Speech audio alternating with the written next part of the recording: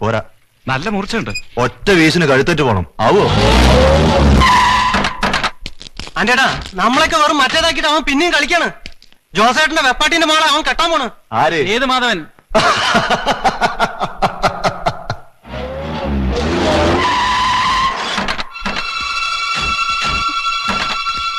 എവിടാ സേതുമാധവൻ? എന്റെ വീട്ടിൽ നിന്ന് ഇറങ്ങണം. നിന്റെ വീടോ? ഇത് ഞങ്ങളുടെ വീടാടി. നിങ്ങൾ ആരാ? എന്താ വേണ്ടേ? എവിടെടാ അവൻ? സേതുമാധവൻ വന്നിട്ടില്ല. അയ്യോ, ഒന്നും ചെയ്യരുത്. ജീവൻ വേണം, വിളിച്ചോണ്ട് പോയി. എന്റെ വീട്ടിൽ വന്നവരെ അപമാനിക്കരുത്. ഇവരെല്ലാണടി അഭിമാനം. ഞാൻ നിങ്ങളുടെ കാല് പിടിക്കാം. എന്റെ മോളുടെ ജീവിതം തകർക്കരുത്. നിന്നെയും എന്റെ മോളെ ഇനി ജീവിപ്പിക്കില്ലടി. എന്റെ ജോസേട്ടനെ കൊന്നവനെ നീ ഇതിന്റെ ഉള്ളിൽ പായ വിരിച്ചു കൊടുത്തു. ഇനി മോളെയും കല്യാണം കഴിച്ച് അവനിവിടെ സൂക്ഷിച്ചു കഴിയണത് ഞങ്ങളെ കാണിക്കണം അല്ലേടി? ജീവൻ വേണമെങ്കിൽ വേഗം ഇറങ്ങി പോടൂ, അല്ലെങ്കിൽ എല്ലാത്തിനെയും ഞങ്ങൾ ഇതിനുള്ളിലിട്ട് വെട്ടും. കൃഷ്ണമാമ, ആ മോതിരം ഇങ്ങോട്ട് തരൂ. അത് ഇട്ടു കൊടുത്തിട്ടേ നമ്മൾ ഇവിടുന്ന് പോകുന്നുള്ളൂ.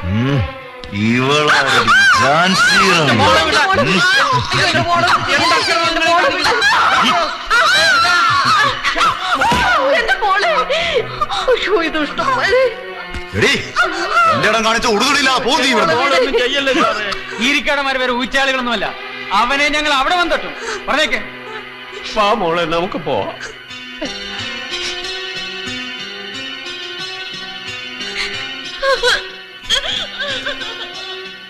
എങ്ങോട്ടാടി ഓടുന്നത്? ഇറങ്ങി വാടി, ഒന്ന് കാണട്ടെ നിന്നെ. നടന്നാ നീ എന്ത് ചെയ്യടി? 24 മണിക്കൂറിനുള്ളിൽ നീയും നിന്റെ മക്കളും ഈ വീട് വിട്ട് ഇറങ്ങിക്കോണം. ഇല്ലെങ്കിൽ എല്ലാറ്റിനും ഇതിനുള്ളിട്ട് അരിയും ഞാൻ. ഈരിക്കാരൻ ആന്റണിയാ പറയുന്നേ, മനസ്സിലായിക്കോ?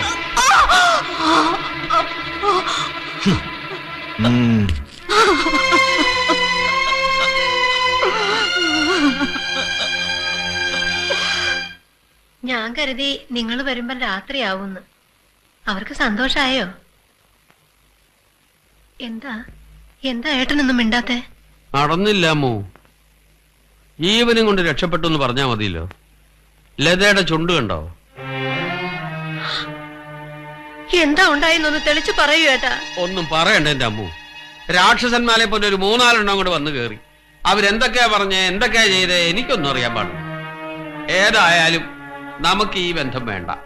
സേതുവിനോട് ഇതൊന്നും പറയാൻ വേണ്ട. ഒരു കാര്യം ഉറപ്പാ, ഇന്ന് അവിടെ എന്തെങ്കിലും നടക്കും. 2 കൽപ്പിച്ച അവന്മാര് വന്നിരിക്കണേ. എന്താ കൃഷ്ണമാമ ഉണ്ടായത്? എനിക്കറിയണം. ഒന്നുമില്ല. കീരിക്കാടന്മാര് വന്ന് പറ്റില്ലാതെ പറഞ്ഞു, ഞങ്ങൾ ഇങ്ങോട്ട് പോന്നു. ഞാൻ കേട്ടു. എന്നെ വിളിക്കണ്ട. പറ മോളെ, എന്താ ഇത്? അത് പെട്ടെന്ന് ബസ്സിൽ വെച്ച്. നോണ പറയണ്ട. അവരെന്റെ ദേഹത്തോട്ടൊന്നാ ഞാൻ ചോദിക്കണേ. അവരൊന്നും ചെയ്തില്ല എന്ന് പറഞ്ഞില്ലേ? അമ്മേ, ഇന്ദുവിനെ ഞാൻ വിളിച്ചോണ്ട് വന്ന അമ്മ സ്വീകരിക്കോ?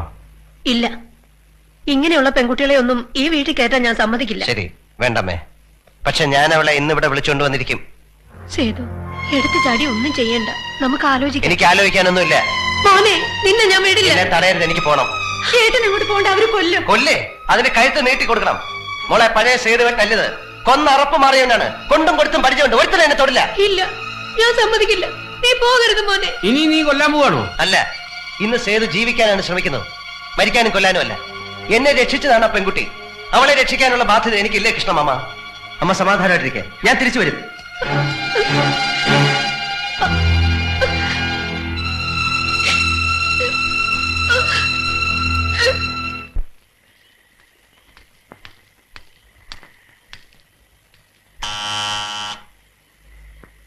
ഇന്ദു, ഇന്ദു, എന്തിനാ വന്നത്? പോണോ ഇവിടുന്ന്? എന്റെ പപ്പയെ നിങ്ങൾ കൊന്നു. ഇനി എന്റെ അമ്മയും ചേച്ചിയും കൊല്ലിക്കണോ നിങ്ങൾക്ക്? പോടോ, പോവാൻ.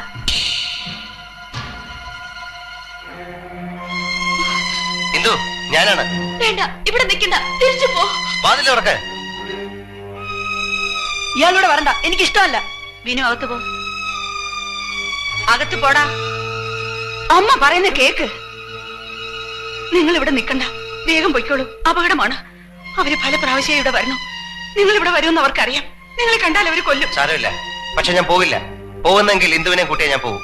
ഞാൻ വരില്ല. പൊയ്ക്കോളാം. പറയൂ അമ്മേ. അവള് പറയുന്നത് കേൾക്കൂ. അങ്ങനെ പോകാനല്ല ഞാൻ വന്നത്. എന്റെ കൂടെ ഇന്ദുവിനെ അയക്കാൻ തയ്യാറാണെങ്കിൽ വാതിൽ തുറക്കാം. അരുത്.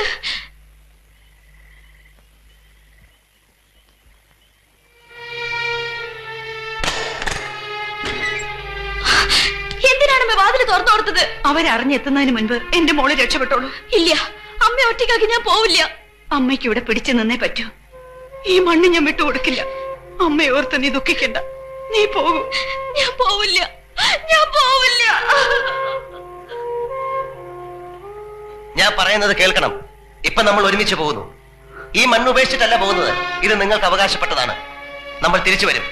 പറയാനും പ്രവർത്തിക്കാനുമുള്ള അധികാരത്തോടെ കൂടെ ഞാനും ഉണ്ടാവും.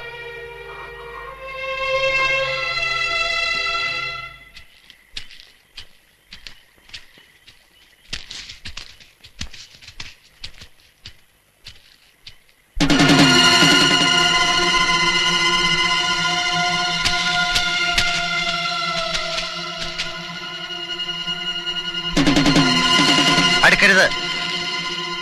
അടുക്കുന്നവന്റെ കഥ ഞാൻ കഴിക്കും.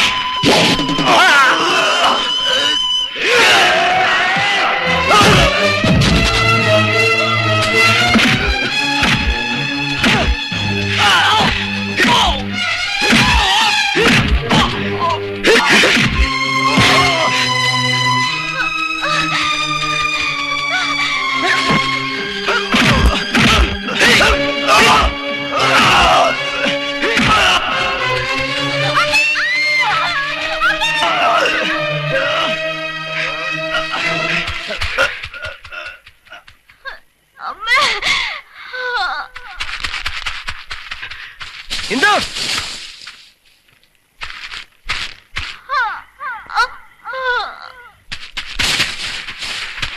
ഇന്ദു,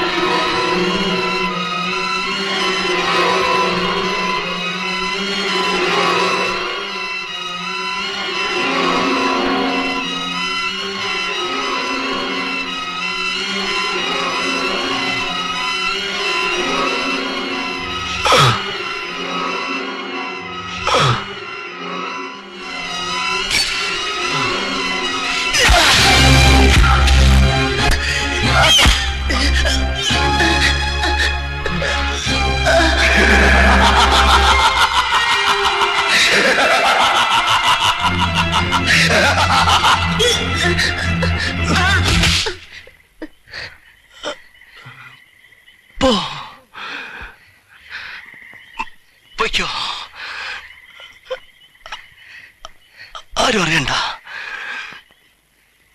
എന്റെ വിധി നിനക്കുണ്ടാവരുത്.